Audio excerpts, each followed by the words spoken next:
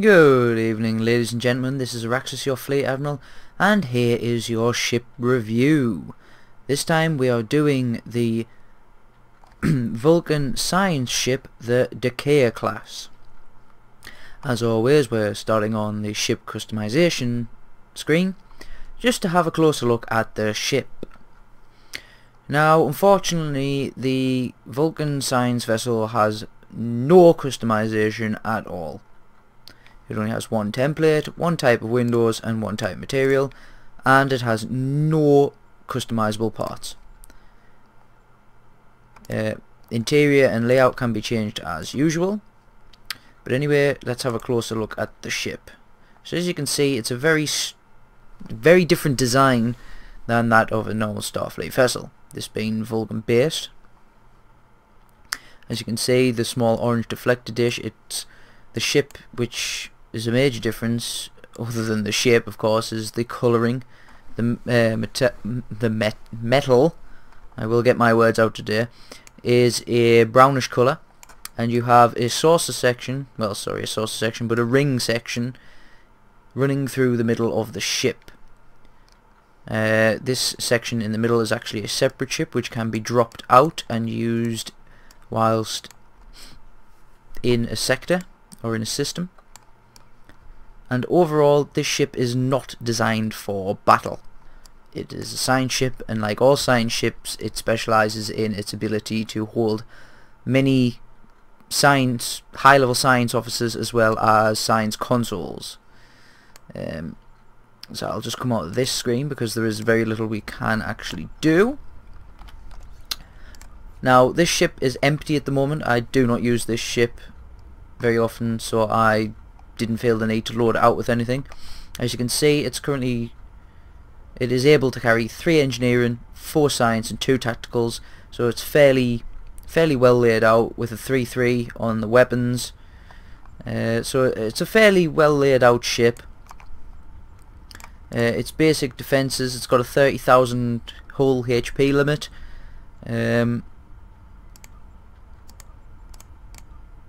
And its inertia and turn rate.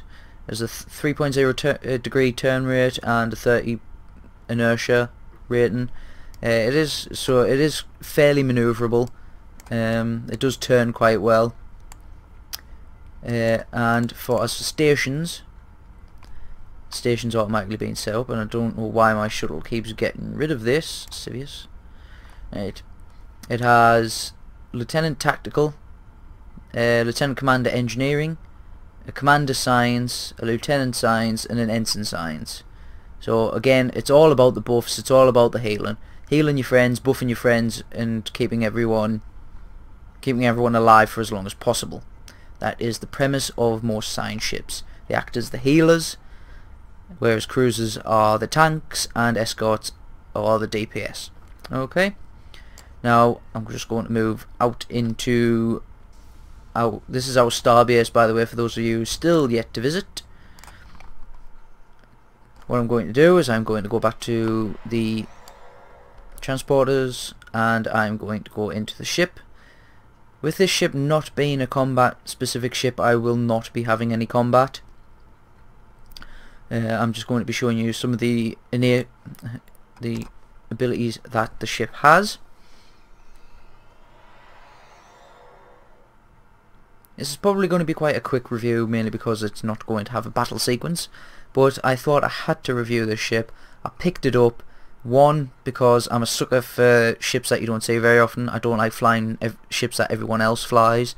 So yeah, it's the sheer fact that you don't see it very often, the fact that it had a separation command. Again, I'm quite a sucker for ships that can split into separate ships. And the fact that my character is a science character, so I do need a good science ship. I do have a good alternative, which is a higher, well, same tier, but it's more geared for science, I suppose, in some respects. But again, here is the D'kyr class ship. In my opinion, it is a very nice looking ship. Okay, a very nice looking ship. Very different to what you normally fly, which is probably why it's quite a pleasure to fly. Let's just get the impulse drives going.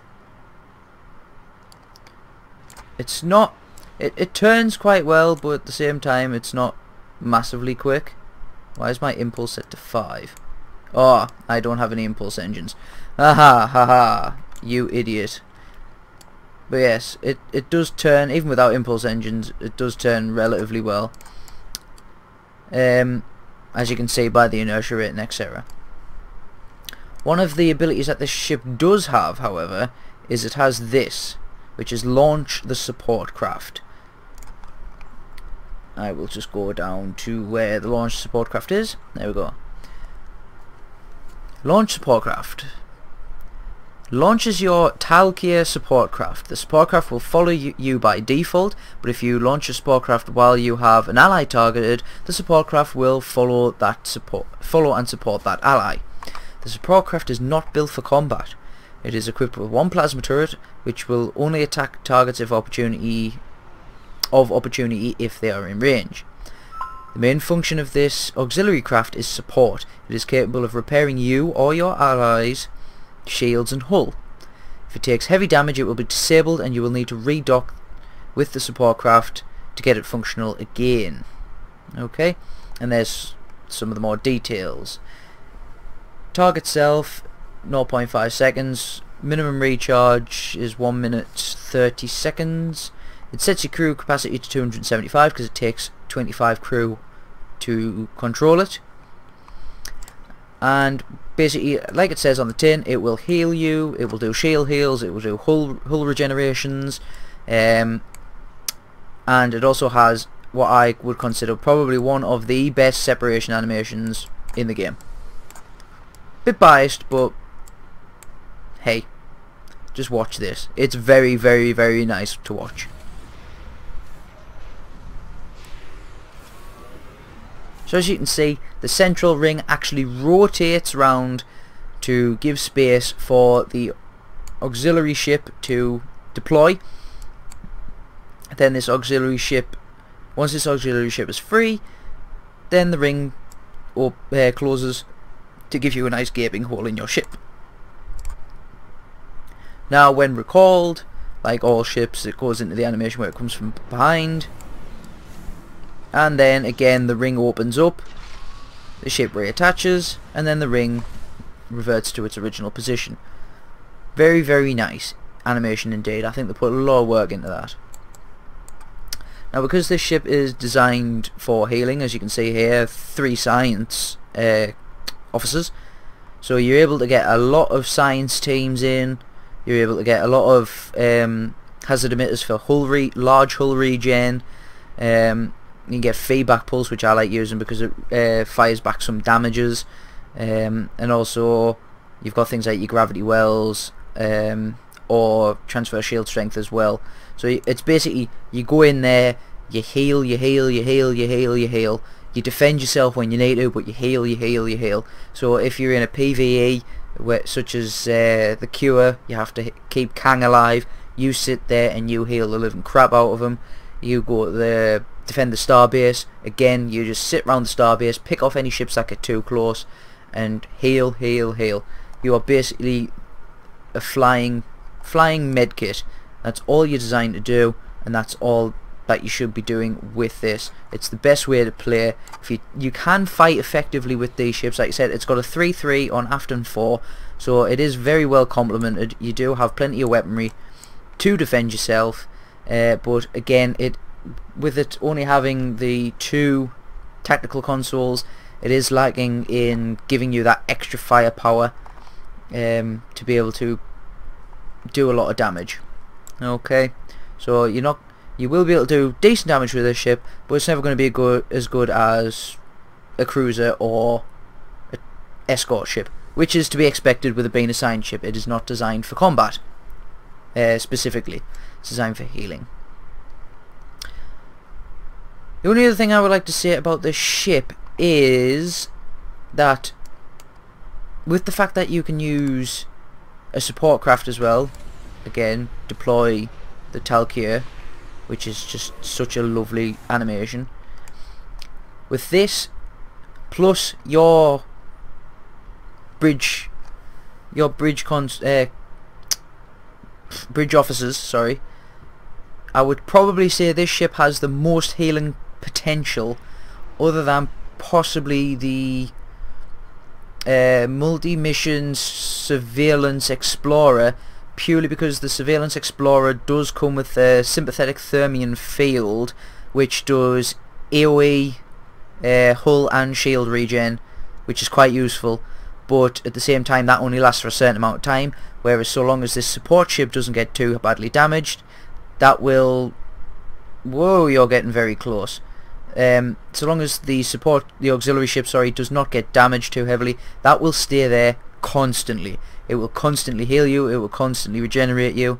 So in some effects, that so long as that doesn't get too badly damaged, then it will stay there, and that will be infinite. You can also heal your support ship. You can use your buffs to buff it back up if it's looking a bit damaged and you don't want to have to wait for the cooldown time of redocking it. You can heal it back up if you needs be, which is always a good thing as well. So in essence, I think on balance this is possibly one of the best for a healer. It's well rounded, but it's definitely probably one of the best for healing. Some other ships might be equal, but I don't think there's anything that is dedicatedly better than this for healing. So anyway guys, a short review this time I suppose, but that's the D'kyr in a nutshell. It is a very powerful support ship. I believe that it is very overlooked, and it should be deserved a lot more love in my eyes. So thank you very much for watching, and I'll see you all soon with another ship review. This has been Araxis, your Fleet Admiral. Thank you very much for watching, and goodbye.